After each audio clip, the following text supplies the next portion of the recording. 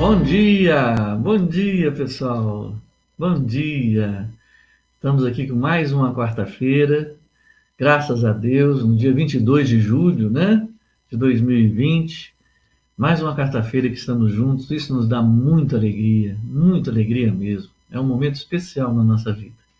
Então vamos começar os trabalhos, mas antes eu queria lembrar uma coisa que é muito importante.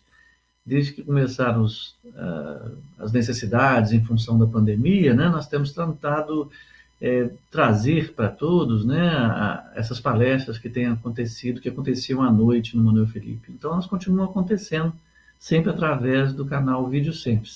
E, finalmente, essa semana nós vamos completar palestras de segunda a sexta, sempre às 20 horas, né, pelo canal Vídeo Sempre. Então, nessa sexta-feira, nós vamos começar com o Flávio Rezende, vai fazer nossa palestrinha da noite às 20 horas. É uma situação de muita alegria, porque agora nós recuperamos as palestras noturnas públicas de segunda a sexta. Então vamos prestigiar, né, para dar um incentivo, para a gente manter a casa de Manuel Felipe Santiago sempre acesa, sempre viva e pulsante, sob o carinho de Jesus. Né, mas vamos começar os trabalhos, vamos convidar a nossa querida Catinha. Bom dia, Catinha. Bom dia, Está Theo, sem que som você. belezura. Bom dia. Tô Então com vamos lá som? para a nossa harmonização. Tô com som, Theo? Agora sim, podemos ir. Bom dia a todos. Bom dia nessa quarta-feira maravilhosa. E eu estava pensando qual música cantaria hoje e eu lembrei de Anjos, que é uma música que tem um tempão que a gente não canta. Eu sei que o seu Fausto gosta muito, a Aldinha. Então vamos relembrar que essa música é muito boa mesmo. Qual de nós não tem nenhum defeito? Qual de nós não tem uma virtude? Precisamos só achar um jeito de suavizar o lado rude. Vamos ajudar-nos mutuamente e somar as nossas qualidades para fazer um mundo diferente e tirar a força da maldade. Um dia todos nós seremos anjos. Vamos trabalhar e acreditar que no futuro nós seremos anjos, no planeta onde o amor, unicamente o amor, há de reinar. E assim será. A felicidade só começa quando cessam as desigualdades, quando todos compartilham sonhos e não usam mal a liberdade. O mestre falou: sede perfeito, e nos ensinou esta lição, que somente o amor será eterno. Nele está a nossa salvação. Um dia todos nós seremos anjos.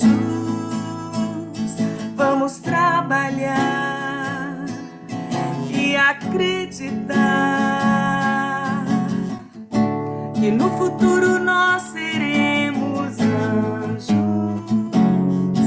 no planeta onde o amor, unicamente o amor, há de reinar. Um dia todos nós seremos anjos.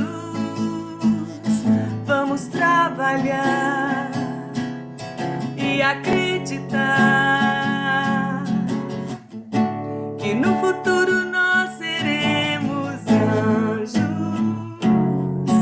no planeta onde o amor, unicamente o amor, há de reinar.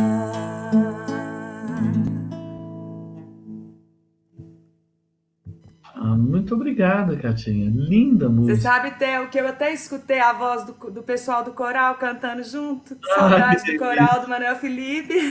Escutei porque a gente tem um arranjo para essa música e eu fiquei lembrando do coral cantando. Muito bom. Nossa, que lindo. E eu vi aqui, eu tentei colocar sem tampar a letra para não atrapalhar ninguém, que eu vi que tinha muitas pessoas que eu reconheci do coral aqui. Fiquei muito feliz. Muito, muito bom.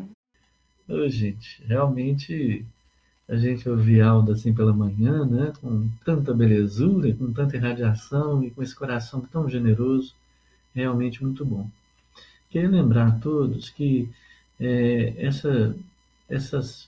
esse carinho da Alda, essa presença dela junto com o Dr. Bittencourt, é um trabalho que é feito tentando manter, né, e nós estamos mantendo o trabalho do Dr. Bittencourt que acontecia na casa. Então nós estamos fazendo ele virtualmente, né? Então é muito importante que nós participemos nesses momentos, nesse horário certinho, de 9h30 até mais ou menos agora, né? 9h15, porque é um momento em que essas energias estão movimentadas para acontecer. Então é interessante que estejamos juntos nesse período, né? Para poder fazer. E agradeço muito assim, a possibilidade de estarmos juntos nesse trabalho. Para nós é um motivo de muita alegria, de muito carinho, né? Vamos então ver a lição do Pão Nosso de hoje, né? Então vamos lá. A lição de hoje é a 159, chamada A Posse do Reino, que, como nós já vimos, né, ele foi retirado de Atos, no capítulo 14, versículo 22. E então é dito assim, Paulo diz assim: confirmando os ânimos dos discípulos, exortando-os a permanecer na fé, e dizendo que por muitas tribulações nos importa entrar no reino de Deus. Só uma questão aqui, gente, nós vamos fazer a leitura, né, dos comentários do Emmanuel, mas se em algum momento alguém tiver alguma pergunta, a Patrícia coloca na tela e a gente tenta responder na medida do possível. Se não for possível, eu falo, olha, a gente vai ver depois, tá bom? Mas vamos lá, vamos continuando. Comenta Emmanuel: o Evangelho a ninguém engana. Em seus ensinamentos, é vulgar a preocupação dos crentes tentando subornar as forças divinas. Não será, no entanto, ao preço de muitas missas, muitos hinos ou muitas sessões psíquicas que o homem efetuará a sublime aquisição de espiritualidade excelsa. Naturalmente, toda prática edificante deve ser aproveitada por elemento de auxílio. No entanto, compete a cada individualidade humana o esforço iluminativo. A boa nova não distribui indulgências a preço do mundo, e a criatura encontra inúmeros caminhos para a ascensão. Templos e instrutores se multiplicam e cada qual oferece parcelas de socorro ou assistência no serviço de orientação.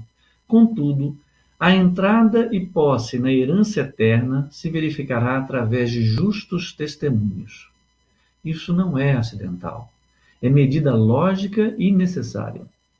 Não se improvisam estátuas raras, sem golpes de escopro, como não se colhe trigo sem campo lavrado. Não poucos aprendizes costumam interpretar certas advertências do Evangelho por excesso de exortação ao sofrimento. No entanto, o que lhes parece obsessão pela dor é imperativo de educação da alma para a vida imperecível. Homem algum encontrará o estuário infinito das energias divinas sem o concurso das tribulações da Terra.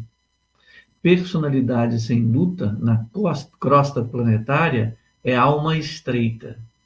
Somente o trabalho, o sacrifício, a dificuldade e o obstáculo, como elementos de progresso e autossuperação, podem dar ao homem a verdadeira notícia de sua grandeza.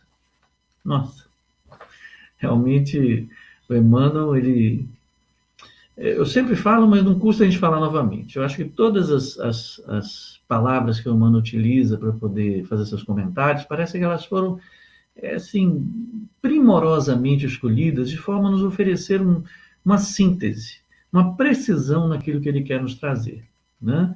Mas a gente pode avaliar isso tudo, analisando tudo isso, e se a gente for olhar detalhe por detalhe das coisas que ele fala, a gente vai ver que é um campo amplo de reflexões, né? Eu estava comentando aqui com os amigos, assim, que eu gostaria que a gente sempre tivesse nessas quartas-feiras, que a gente comentamos a lição do Pão Nosso, algo bem parecido com aquilo que a gente faz lá no salão nas quartas-feiras, que é uma coisa bem descontraída. Gostaria que vocês ficassem bem à vontade, colocassem suas observações, a gente trocasse ideias e não trouxesse isso a título de uma palestra ou de uma aula, mas assim de uma reflexão conjunta, levando como consideração as premissas que nós temos buscado adotar, né, que são as premissas da lei divina.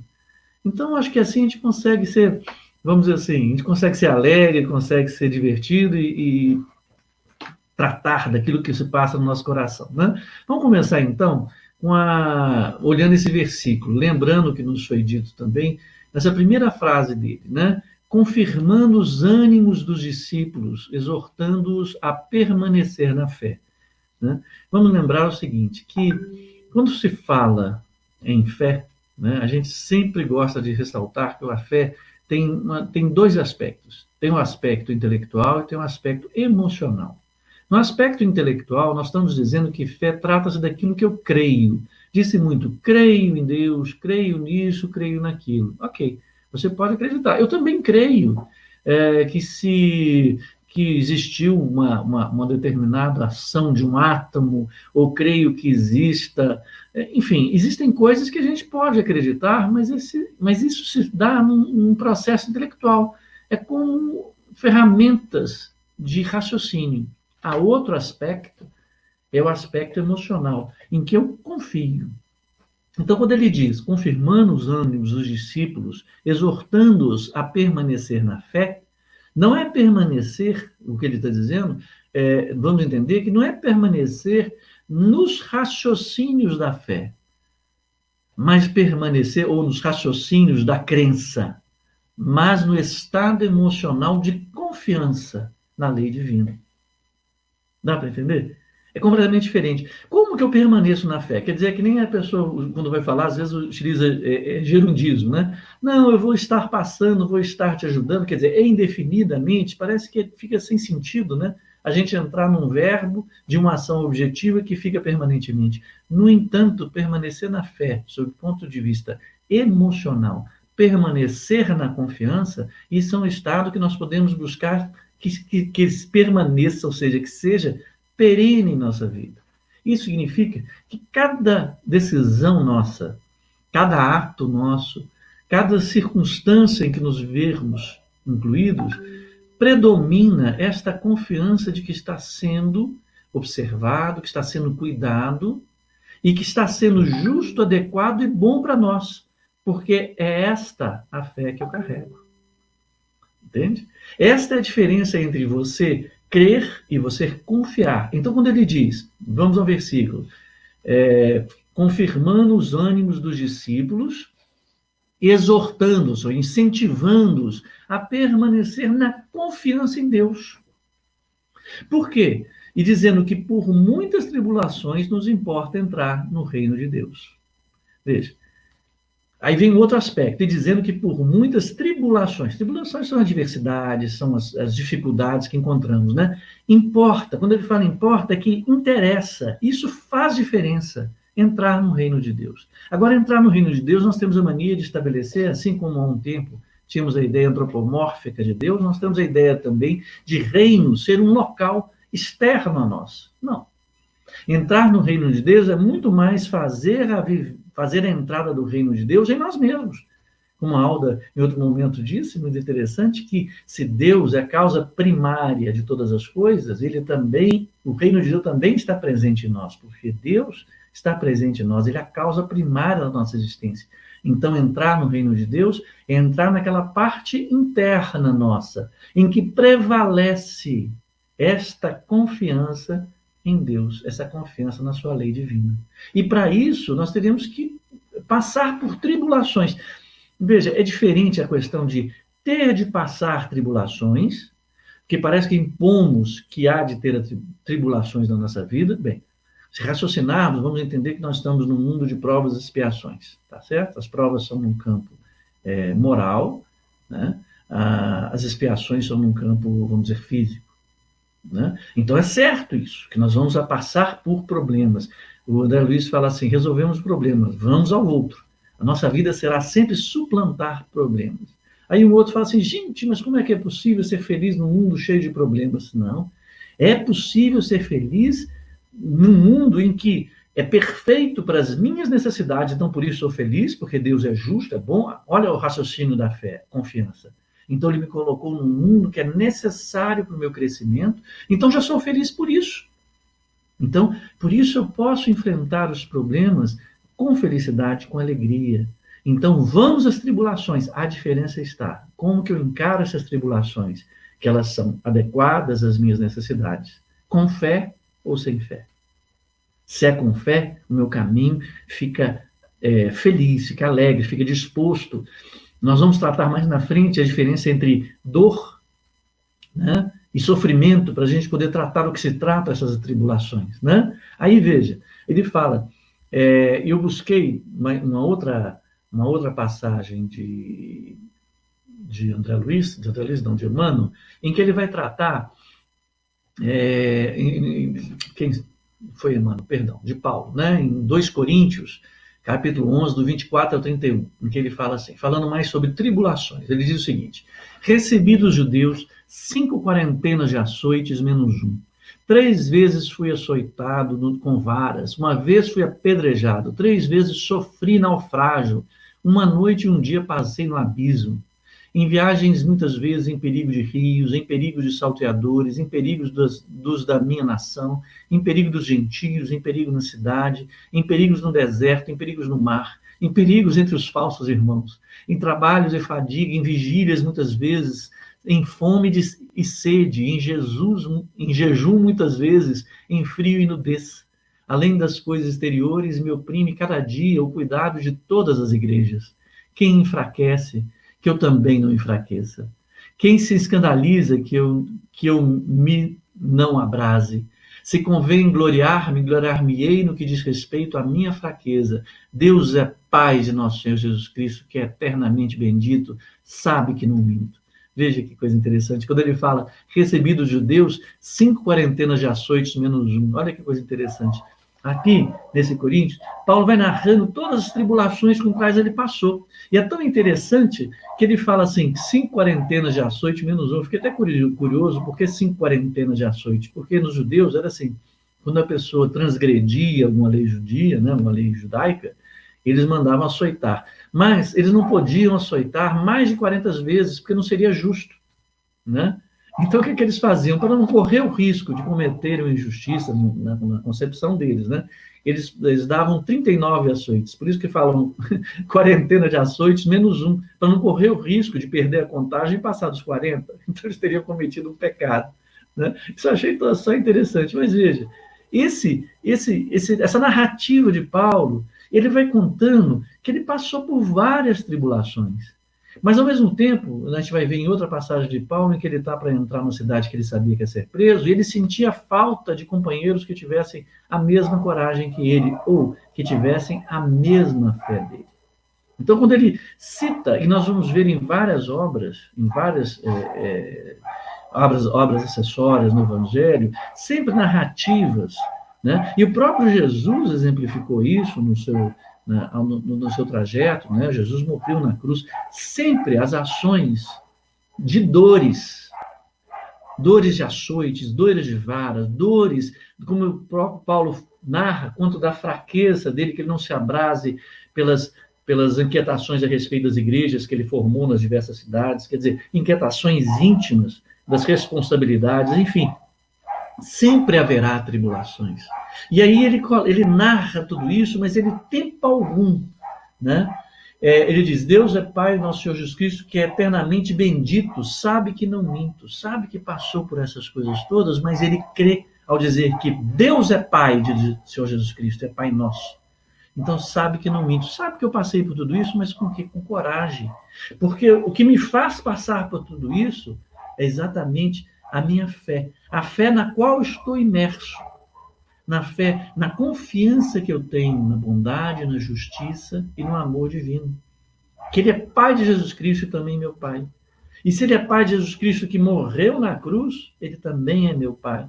E o que fez Jesus passar por todo esse processo com tranquilidade, não vamos dizer a tranquilidade como se fosse nada, não, dando o real valor do que é. Tanto como Paulo está dando o real valor, né?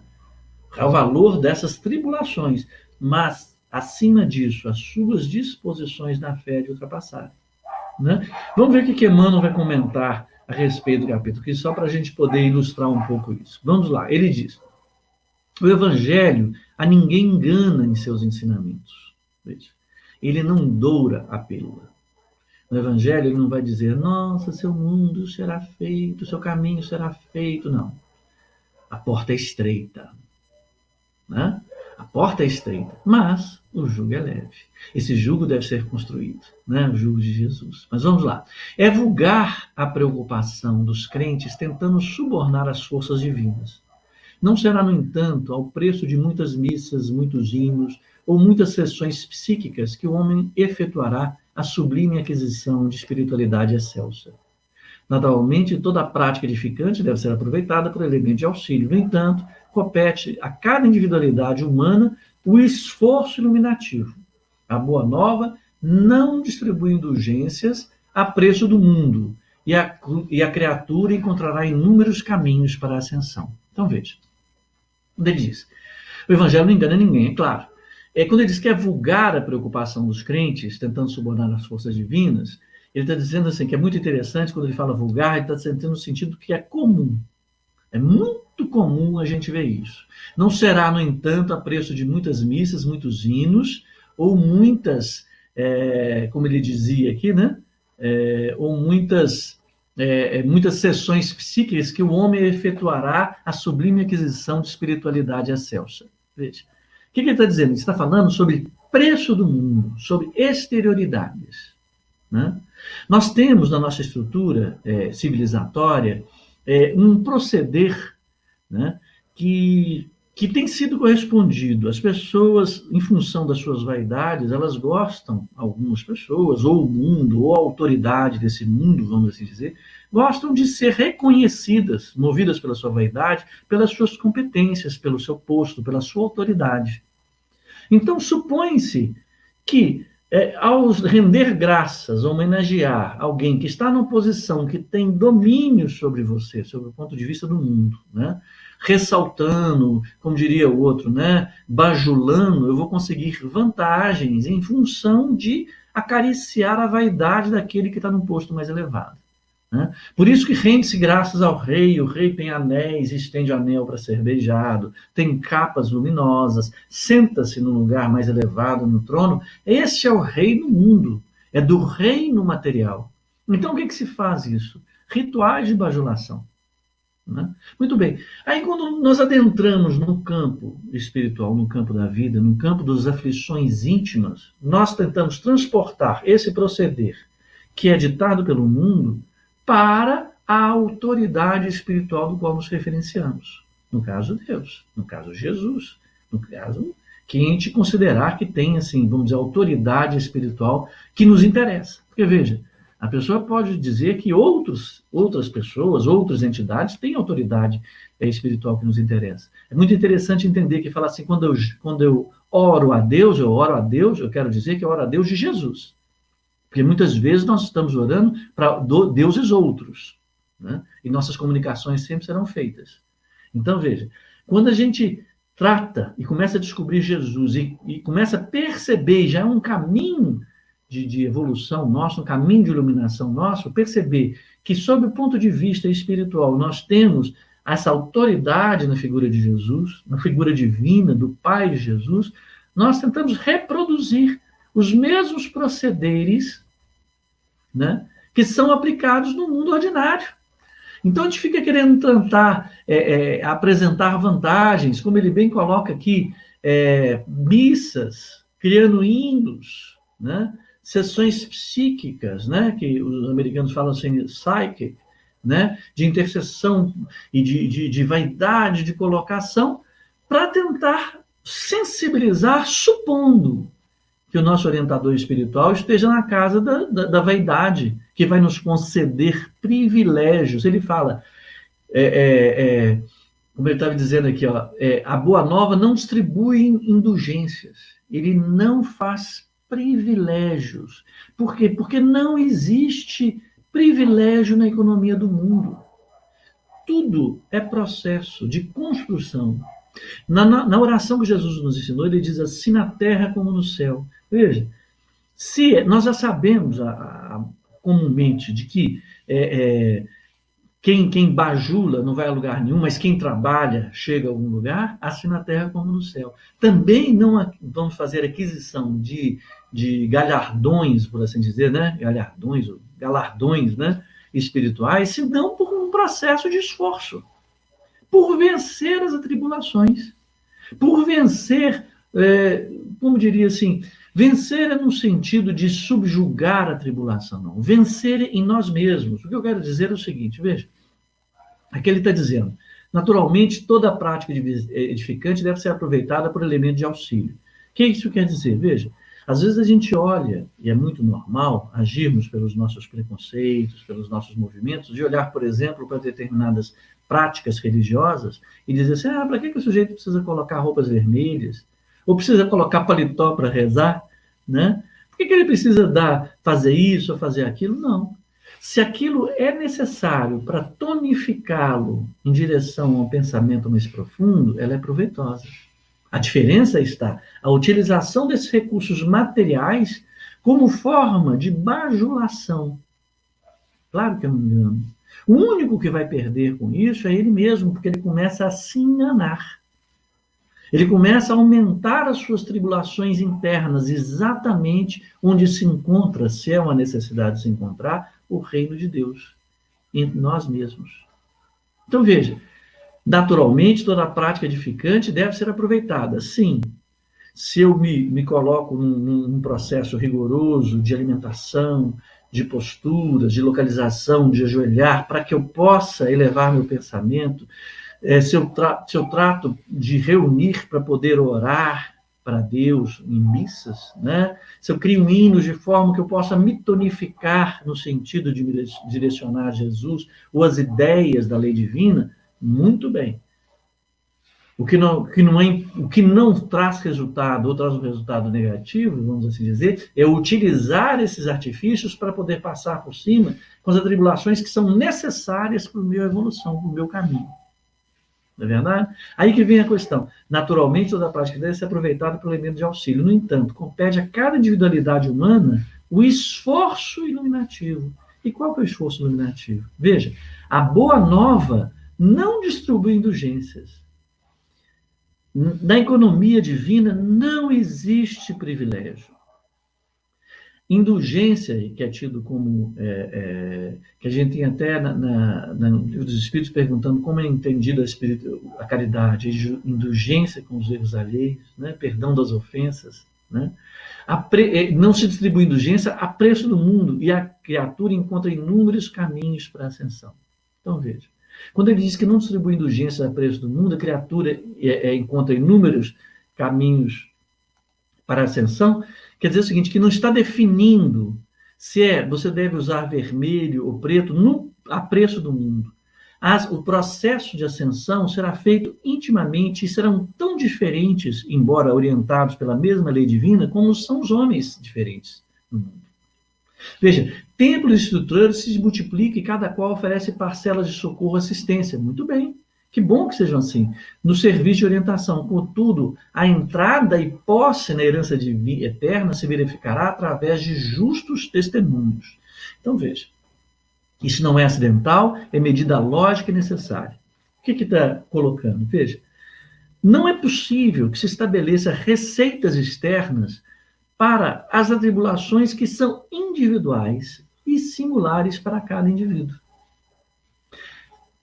Vocês já perceberam que determinadas situações afetam a você, diferentemente que afetam, às vezes, pessoas como seus irmãos que foram criados com o mesmo pai, com a mesma mãe, com as mesmas condições financeiras, afetam diferentemente determinadas circunstâncias?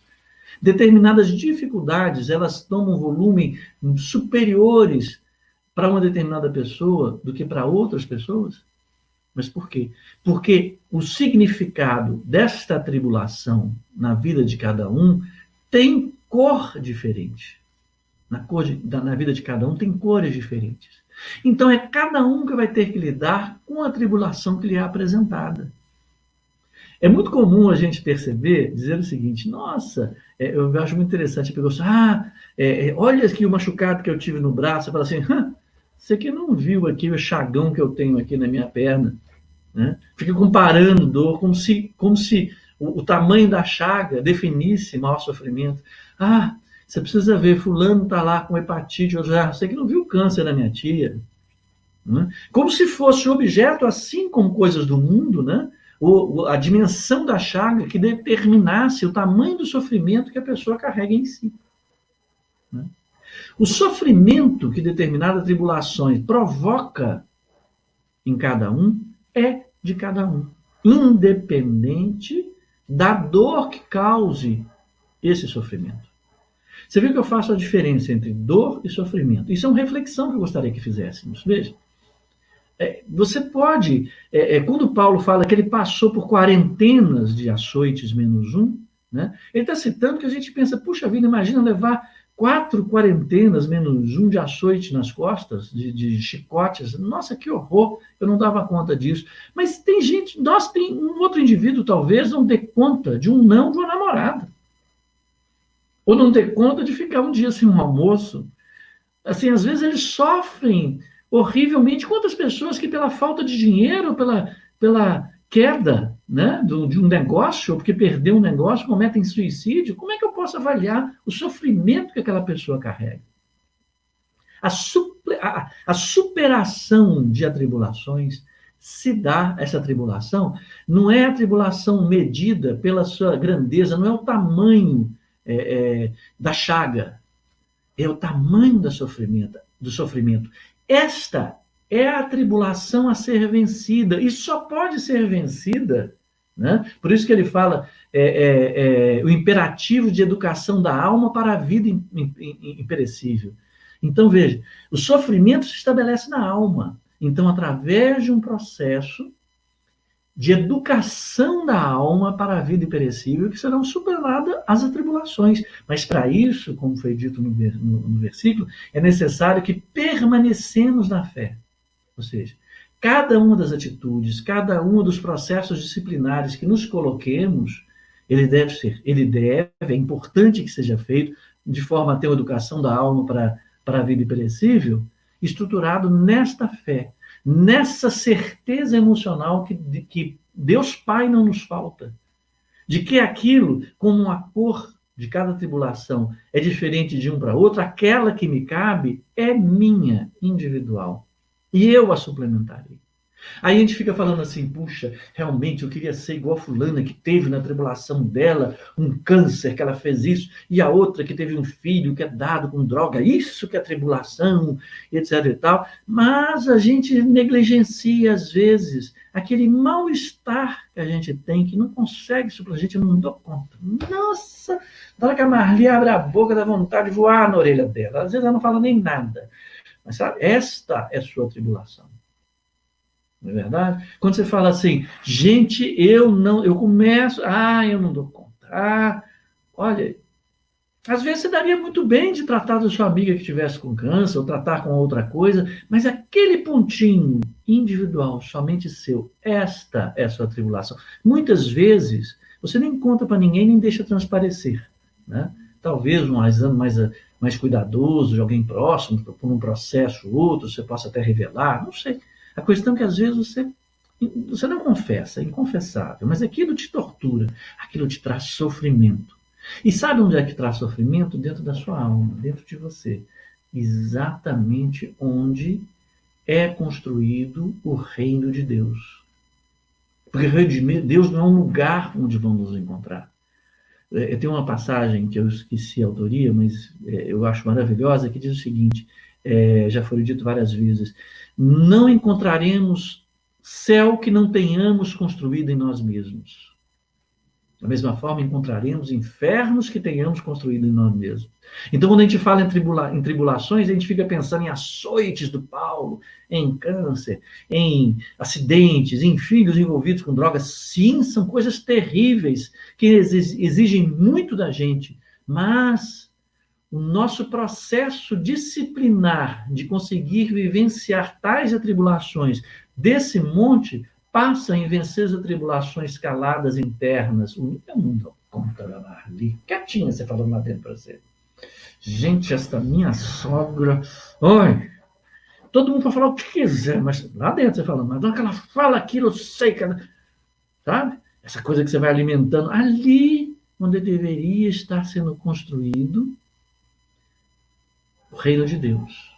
Onde você deve, onde é importante, você deve, não, que eu não quero impor nada para ninguém. Onde é importante que descobramos, né, os processos para a educação da alma para a vida imperecível.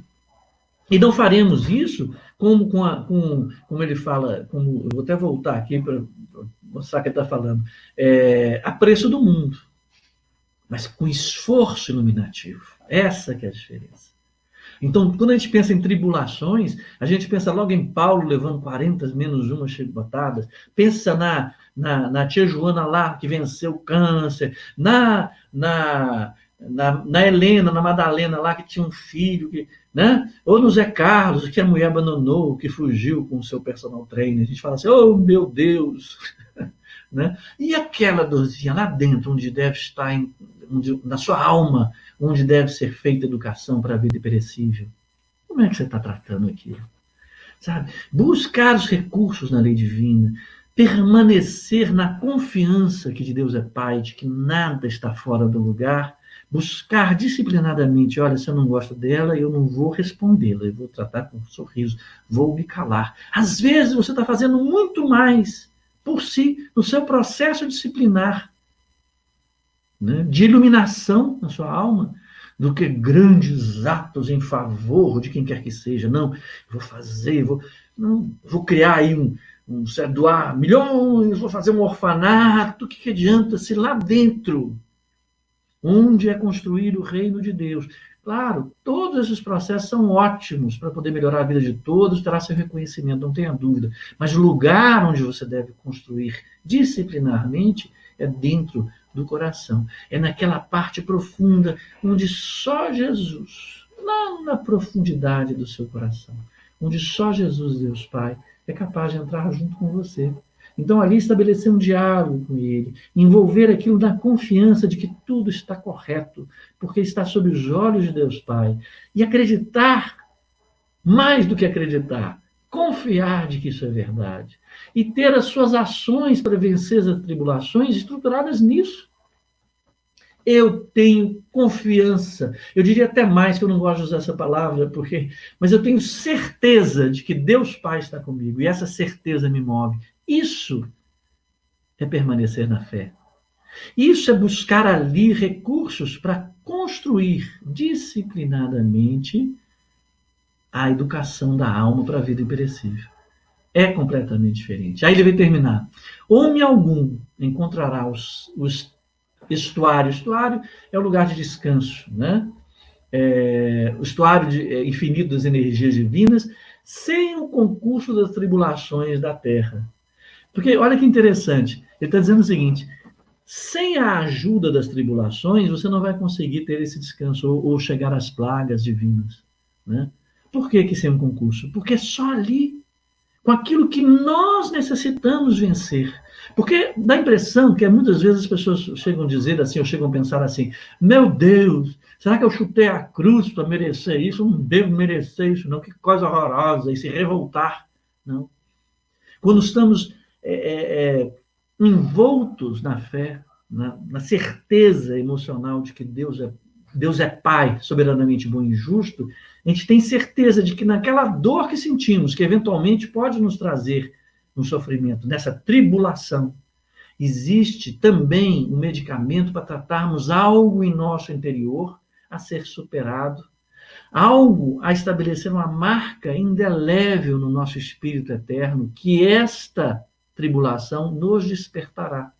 Ela é na medida exata da nossa necessidade, porque senão Deus não seria justo.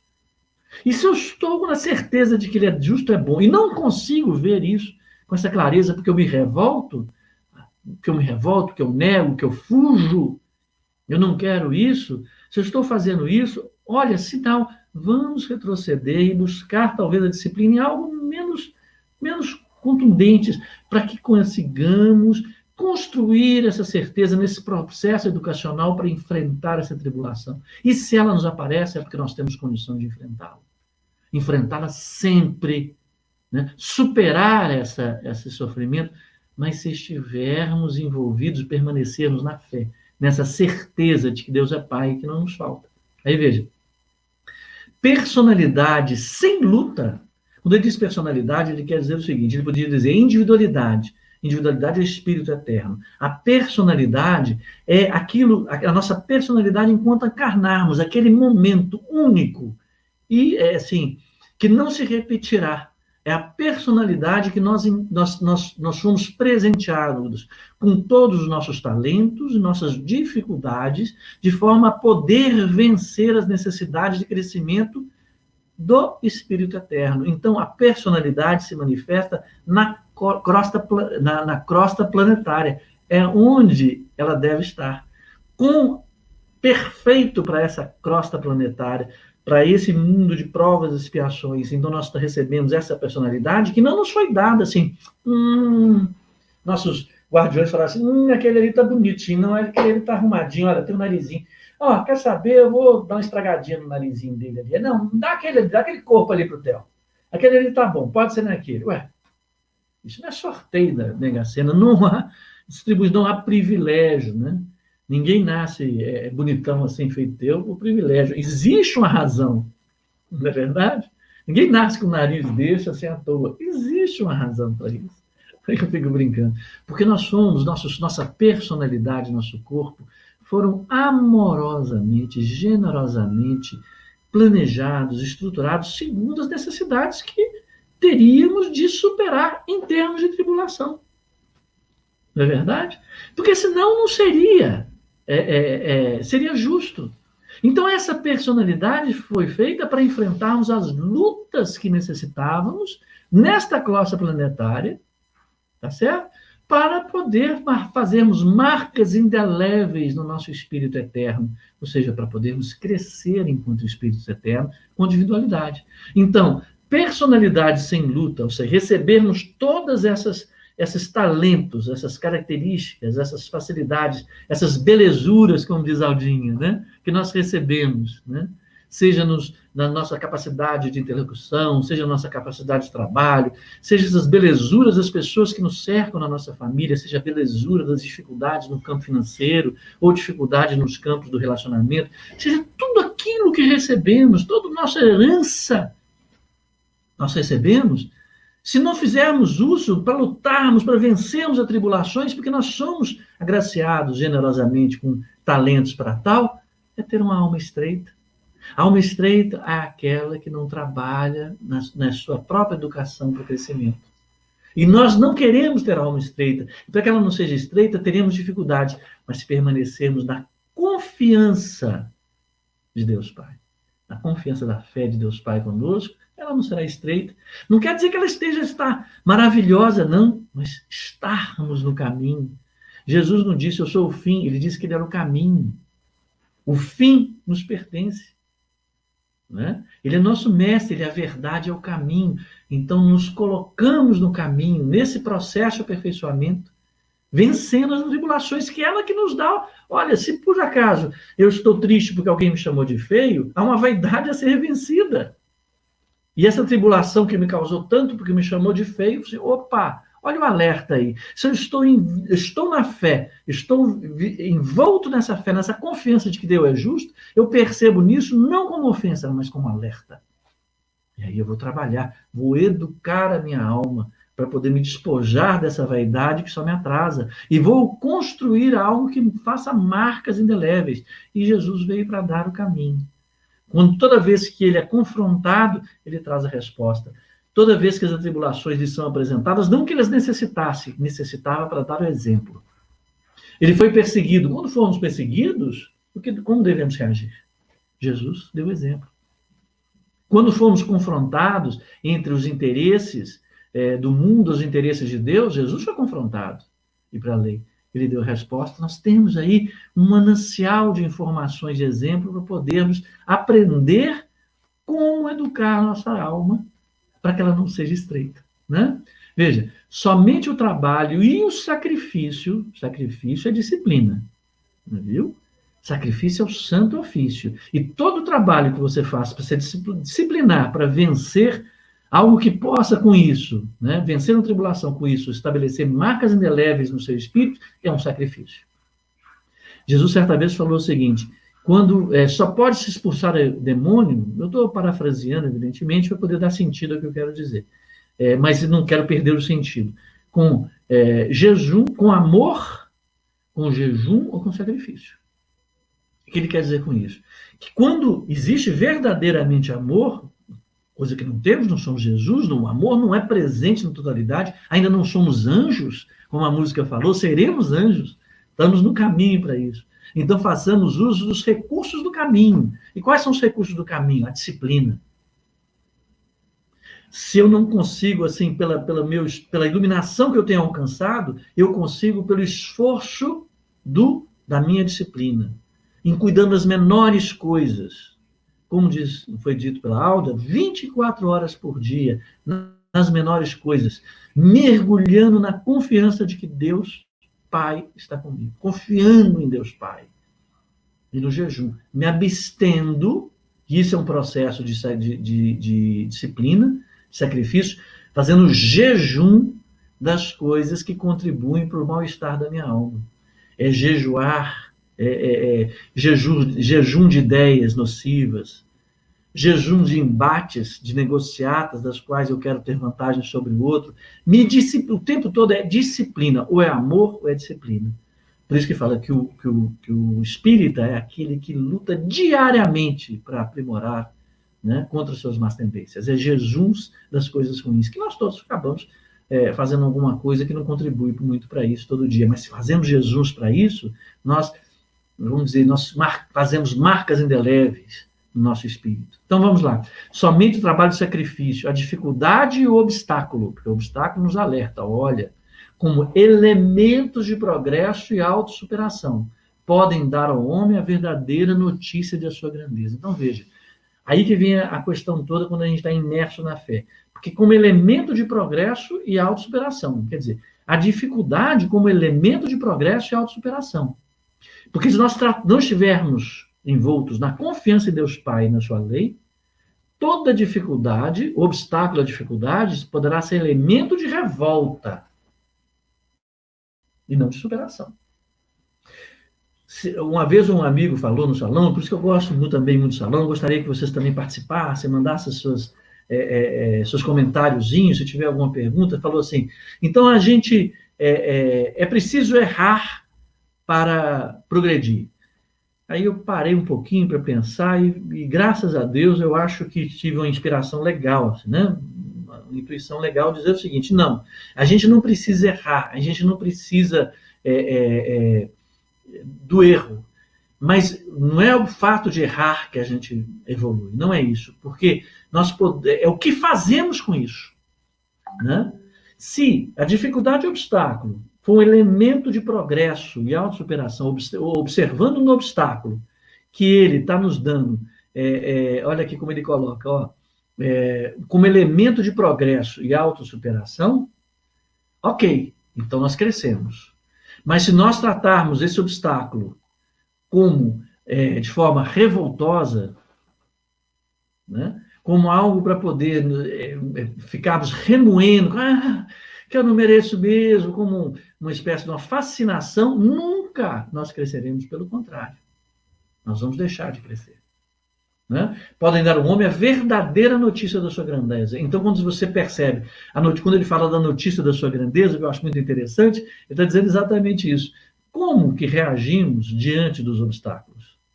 Como motivo né? Como posicionamento para superarmos, para crescermos, como para poder aumentar o nosso ônus, porque estamos envolvidos na fé, na certeza de Deus Pai, como alerta para aquilo que temos de desenvolver, né? Ou como vamos agir diante do obstáculo? Como